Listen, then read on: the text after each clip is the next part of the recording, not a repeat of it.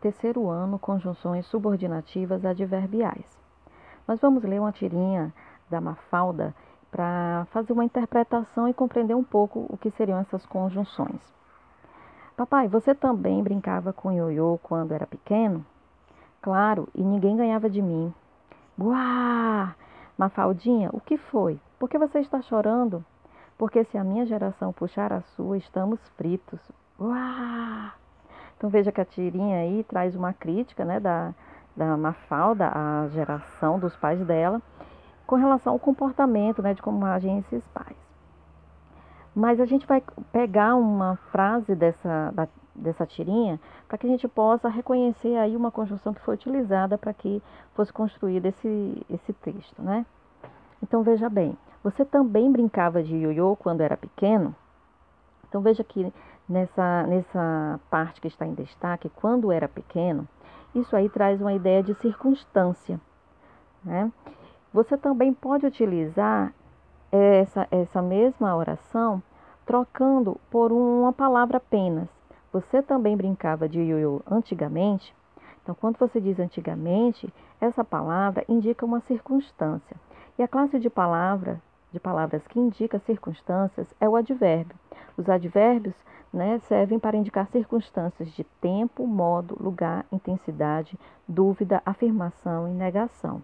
E as orações que nós vamos estudar são aquelas que são introduzidas por conjunções que dão ideias de circunstâncias. E esses conectivos são importantes para que você possa construir bem as suas frases, dando a ideia específica de circunstância. Então vamos ver.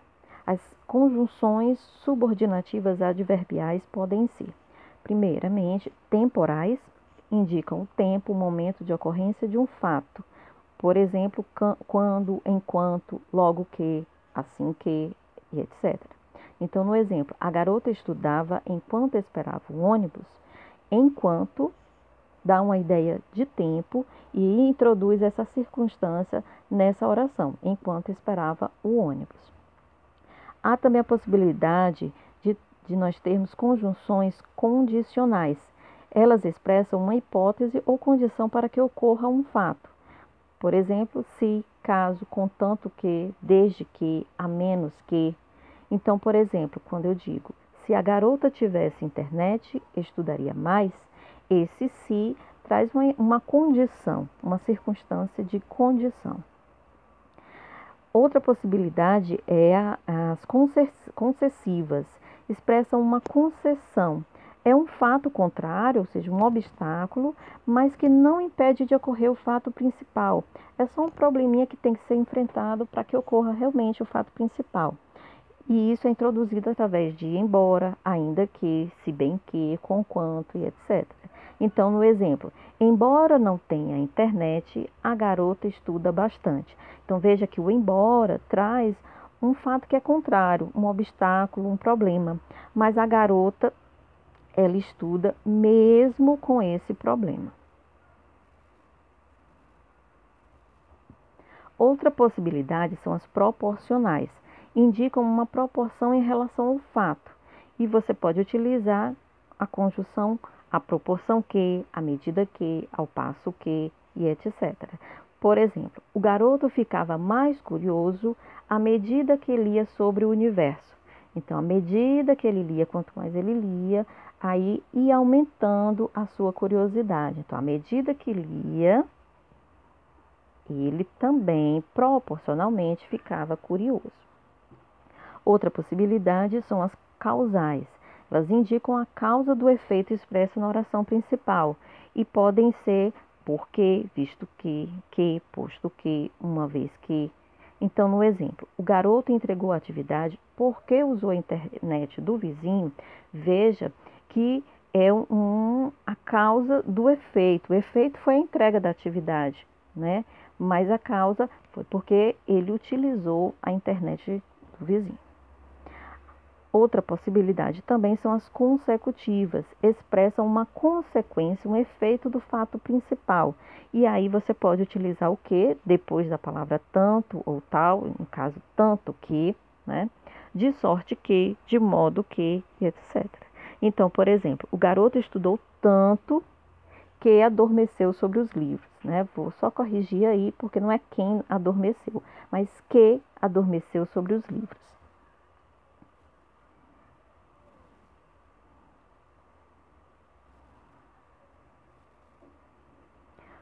Conjunções subordinativas comparativas. Elas estabelecem uma comparação em relação a um elemento da oração principal. Então, você tem como, do que, assim como, né, tanto quanto. Então, no exemplo, assim como um especialista poderia explicar sobre o universo, a garota falava sobre o assunto para os seus colegas. Então, você faz uma comparação aí, né, como um especialista. Então, a garota ela falava também, né, assim como um especialista. Nas conformativas, você vai indicar uma concordância, uma conformidade com o fato principal. Então, você pode utilizar conforme, segundo, como, consoante e etc. Exemplo, a garota entregou a atividade conforme combinamos. Então, conforme é uma concordância. Então, foi combinado algo e essa pessoa, a garota, ela fez da mesma forma, né? Conforme combinado. E, finalmente, você vai ter as finais, que expressam uma finalidade para o fato principal. E aí você pode utilizar o para que, a fim de que e etc. Você vai, no caso, introduzir o objetivo de algo, né? Exemplo, fiz de tudo para que a garota entendesse o conteúdo. Então, o objetivo é que a garota entendesse o conteúdo. É a finalidade dessa oração que está sendo introduzida. Como atividade, nós temos aí um texto e se espera que se responda às questões. Então, você tem o astrônomo, né? Um astrônomo gostava de fazer passeios noturnos para olhar as estrelas. Certa vez, ia tão distraído que caiu num poço. Enquanto tentava sair, seus gritos de socorro atraíram a atenção de um homem que passava. Ao ser informado do que havia acontecido, o homem riu e disse: meu bom amigo, tanto o senhor se esforçou para olhar o céu, que não se lembrou de olhar o que tem debaixo dos pés. Moral da história: é fácil deixar de ver o óbvio. É um texto de Esopo. Então, veja que eu gostaria que vocês identificassem aí, né, no texto, a presença das conjunções que nós estudamos. Então, na primeira questão, o que é pedido? Reescreva do texto alguma frase com conjunção subordinativa estudada e explica qual ideia ela expressa. Tempo, finalidade, comparação, né? Então, veja que várias frases são utilizadas para contar essa narrativa e são utilizadas vários conectivos, várias conjunções para construir essa narrativa. Outra coisa é explique a mensagem, o ensinamento do texto, já que é uma historinha que traz uma lição de moral, não uma fábula, mas uma historinha que traz um ensinamento, seria interessante que você tentasse identificar qual a mensagem que o autor está querendo passar.